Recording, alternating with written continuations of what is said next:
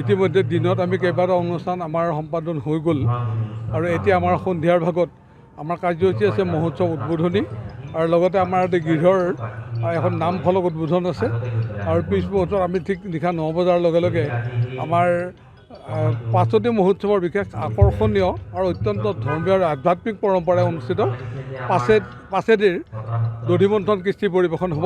আজিৰ নিশাৰ ভাগত আমাৰ কাৰ্যসূচী শেষ হ'ব আৰু কালি ৰাতিপুৱা ঠিক 5 বজাৰ পৰা আকৌ কাৰ্যসূচী আৰম্ভ হ'ব। আমাৰ দিনজোৰা কাৰ্যসূচী আছে, আমাৰ 4 দিনীয়া কাৰ্যসূচী 16, 17, 18, 19 ছেপ্টেম্বৰ।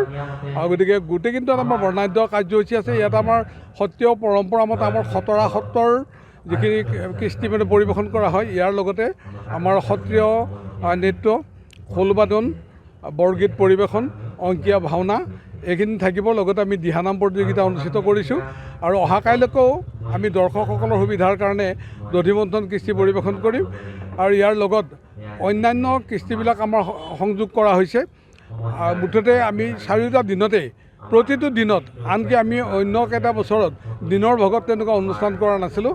বিশেষকৈ অহাকালি 17 তাৰিখে দিনৰ ভাগতো পাছতি মহোৎসৱ উপভোগ কৰিবলৈ অহা দৰ্শকসকলৰ মনোৰঞ্জনৰ কাৰণে সাংস্কৃতিক কাৰ্যসূচী আয়োজন কৰিছোঁ আৰু সেইধৰণে আমি সুন্দৰকৈ প্ৰেক্ষাগৃহ বনাইছোঁ, দৰ্শকসকলৰ কাৰণে আসনৰ ব্যৱস্থা কৰিছোঁ আৰু সম্ভৱপৰ আমি ভক্ত এবাৰ যি সদ্যপ্ৰয়াত জিলা পৰিষদ সদস্য সন্মানীয় মোৰ দেউতা হেমন্ত কুমাৰ ডেকাদেৱৰ নামত আজি যি খটৰা সত্ৰ বহুমুখী ভৱন্তি ইয়াতে উৎসৰ্গা কৰা হ'ল, তাৰ বাবে মই সমূহ খটৰাবাসী ৰাইজৰ লগতে দৰং জিলাৰ সন্মানীয় উপায়ুক্ত মহোদয় লগতে বিধায়ক ডক্টৰ পৰমানন্দ ৰাজবংশী দেৱক মই আন্তৰিকতাৰে ধন্যবাদ জ্ঞাপন কৰিছোঁ।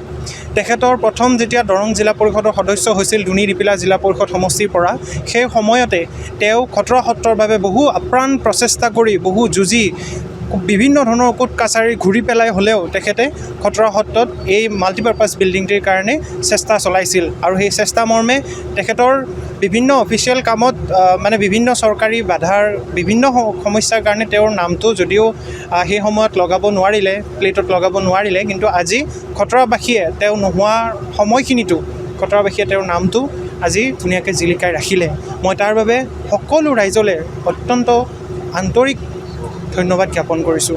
আমি পৰিয়ালটো খুব আৱেগিক হৈছোঁ আজি যে আজি দেউতা হোৱাৰ ফলতো আমি সন্মান লাভ কৰিবলৈ সক্ষম হৈছোঁ। তাৰ বাবে মই সেৱা জনাইছোঁ আৰু আপোনালোকক আজি এই মিডিয়াৰ জৰিয়তেই ক'ব বিচাৰিছোঁ যে এজন আদৰ্শ পিতৃৰ এজন সুযোগ্য সন্তান হ'বলৈ সদায় জীৱনত চেষ্টা কৰি যাম, এয়াই আপোনালোকক ক'লোঁ। আৰু ভৱিষ্যত জীৱনত যাতে আমি সমাজৰ লগত থাকিব পাৰোঁ, যেনেকৈ দেউতা আছিলে সেই একে পৰ্যায়ত যাতে আমি থাকিব পাৰোঁ, তাৰ কাৰণে আপোনালোকে আশীৰ্বাদ প্ৰদান কৰিব। ধন্যবাদ। যিকোনো খবৰৰ বাবে যোগাযোগ কৰক 7099017330 লগতে 7099017110 নম্বৰত।